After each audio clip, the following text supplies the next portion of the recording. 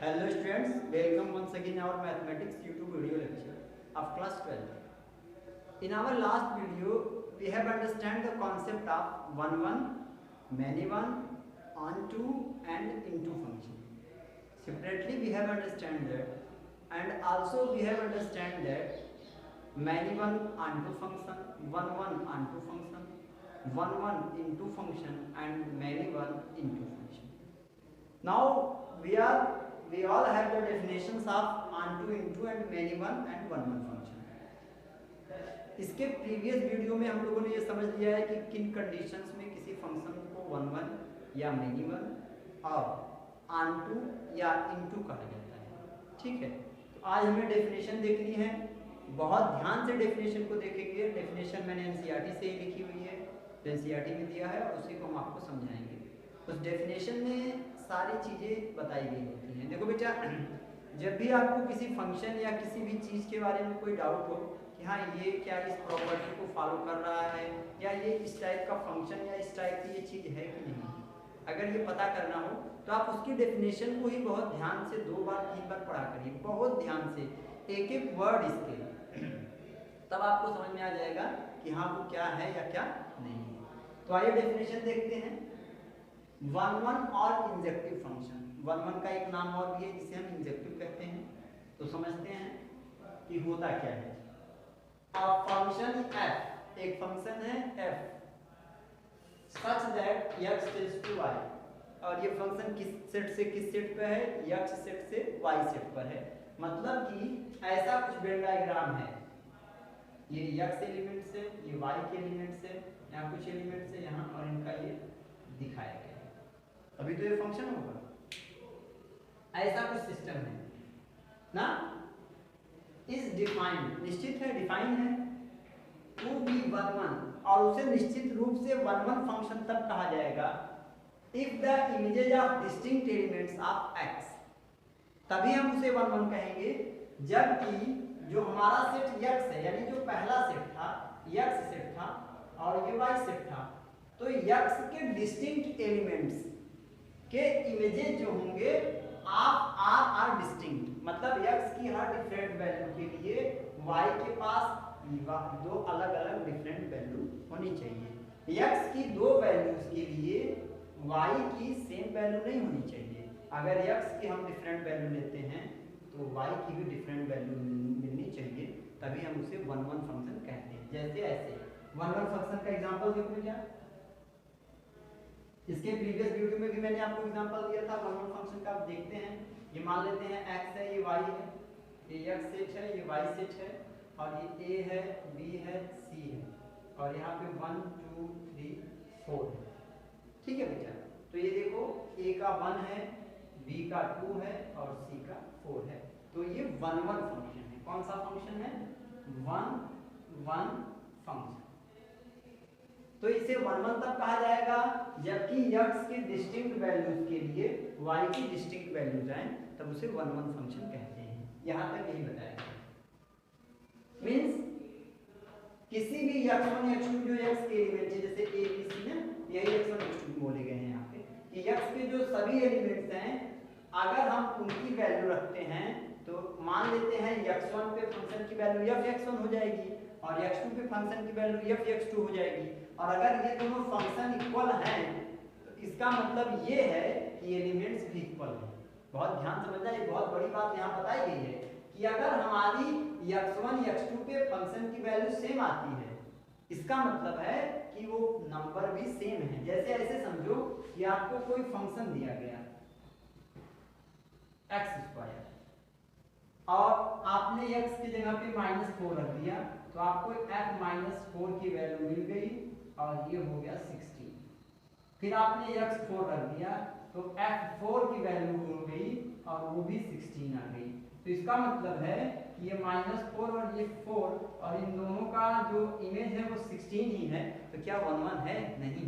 अगर आप यहाँ पे वैल्यू चेंज करते हो, यही बताया जा रहा है कि फंक्शन की वैल्यू तभी हो सकती है जबकि x की डिफरेंट वैल्यू हो आपके पास, तभी उस फंक्शन की हम वन फंक्शन कहते हैं. क्या ये वन फंक्शन था? नहीं. क्या ये मेनी वन फंक्शन था.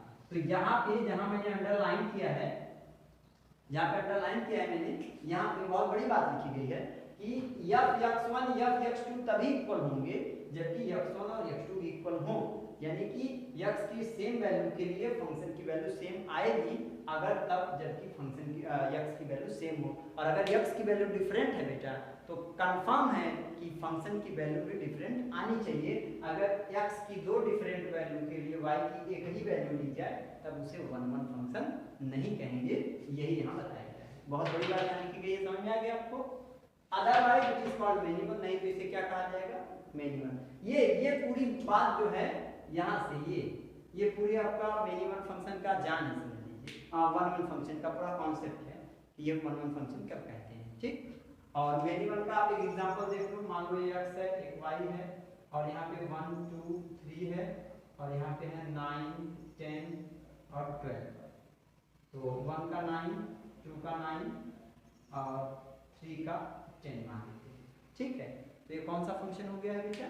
या 3 का आप ले लो, 12 लिखे थे ना, 12 ले लो मान लो। तो ये आपका कौन सा फंक्शन हो गया है? Many one function. कौन सा है?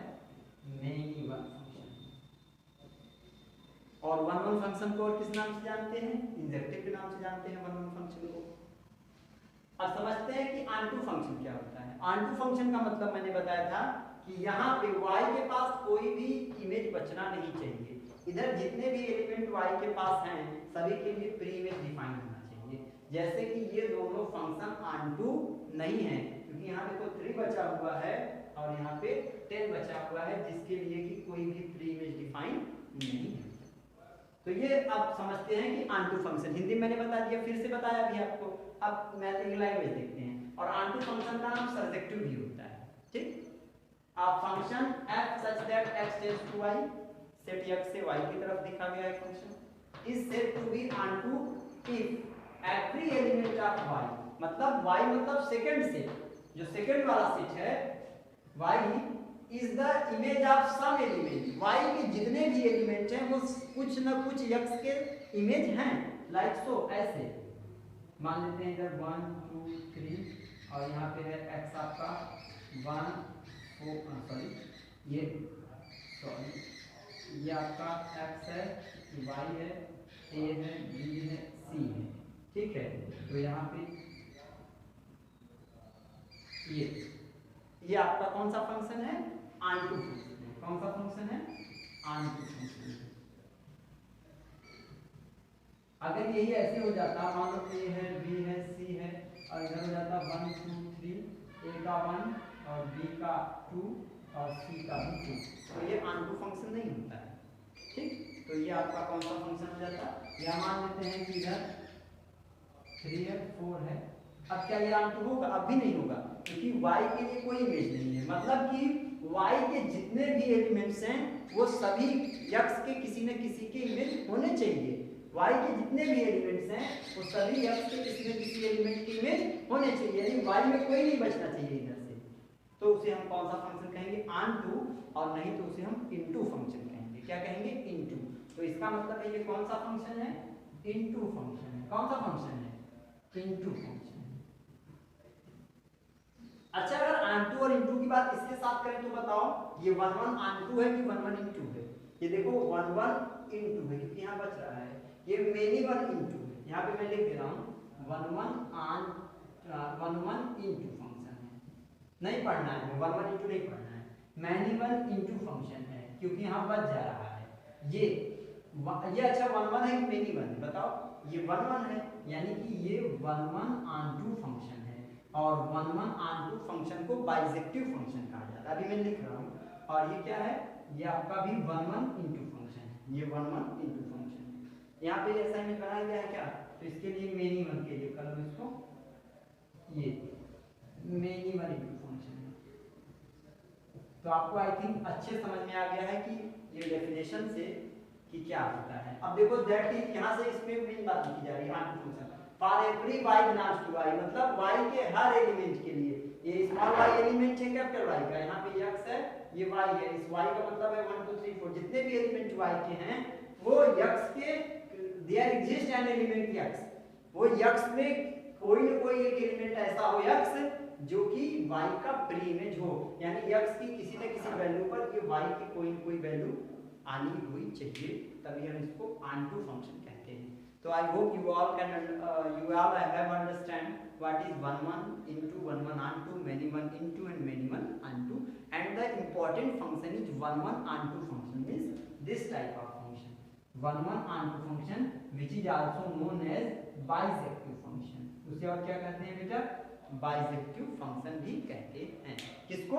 जब वो 1 1 भी हो और onto भी हो। अपने एनसीईआरटी में देखोगे ध्यान से तो लिखा गया है इसके बारे में, डेफिनेशन 7 वाली देखो कि a function is said to be 1 1 and onto means bisective if it is both 1 1 and onto। किसी भी फंक्शन को 1 1 onto तब कहा जाएगा जब ये 1 1 भी हो और onto भी, मतलब इधर हर एलिमेंट के लिए इधर हर एलिमेंट होना चाहिए, सभी एलिमेंट का एक एक होना चाहिए, तो 1 1 और इधर कोई छूटे ना तो onto, तो ये 1 1 onto फंक्शन हो जाएगा। तो आई hope you all have understand the concept of 1 1 onto, 1 1 into, many 1 onto and many 1 into। ठीक, पूरा कॉन्सेप्ट बैठ गया है। और ये डेफिनेशंस बहुत ध्यान से अपनी कॉपी में आप लिख करके और इसको बार बार समझने का प्रयास करेंगे अपने नजरिए से, तो आपको समझ में आएगा कि हम क्या बताना चाहते हैं और आप कुछ अच्छे रिजल्ट अपने से निकाल सकते हैं उससे। अब हमको एक्सरसाइज एग्जांपल आप लगा लीजिएगा बेटा। अब हमको एक्सरसाइज स्टार्ट करना है 1.2, तो अपने नेक्स्ट वीडियो में हम एक्सरसाइज 1.2 के बारे में बात करेंगे, लेकिन ये कॉन्सेप्ट आप सभी बच्चे बहुत अच्छे से पढ़ लीजिएगा, डेफिनेशन पे विशेष ध्यान दीजिएगा। समझ में तो आपको आ ही गया है कि क्या होता है, लेकिन डेफिनेशन भी याद होनी चाहिए, क्योंकि जब आप एग्जाम में लैंग्वेज लिखेंगे कि ये क्यों मेनी 1 या onto है, तो यही डेफिनेशंस आपको काम आएंगी कि ऐसा है इसलिए 1 1 है, या ऐसा नहीं है इसलिए 1 1 नहीं है, आई बात समझ में, या फिर ऐसा है इसलिए onto है और ऐसा नहीं है तो onto नहीं है। यही डेफिनेशन नहीं आता तो आप लिखेंगे यहाँ से दैट इज के आगे से उसमें भी, दैट इज के आगे से इसमें भी, क्वेश्चन में यही लिखकर बताया जाएगा कि वो मेनी 1 क्यों है या 1 1 क्यों है या onto क्यों है और into क्यों है। ठीक, तो आप सभी बच्चे पढ़ लेंगे ध्यान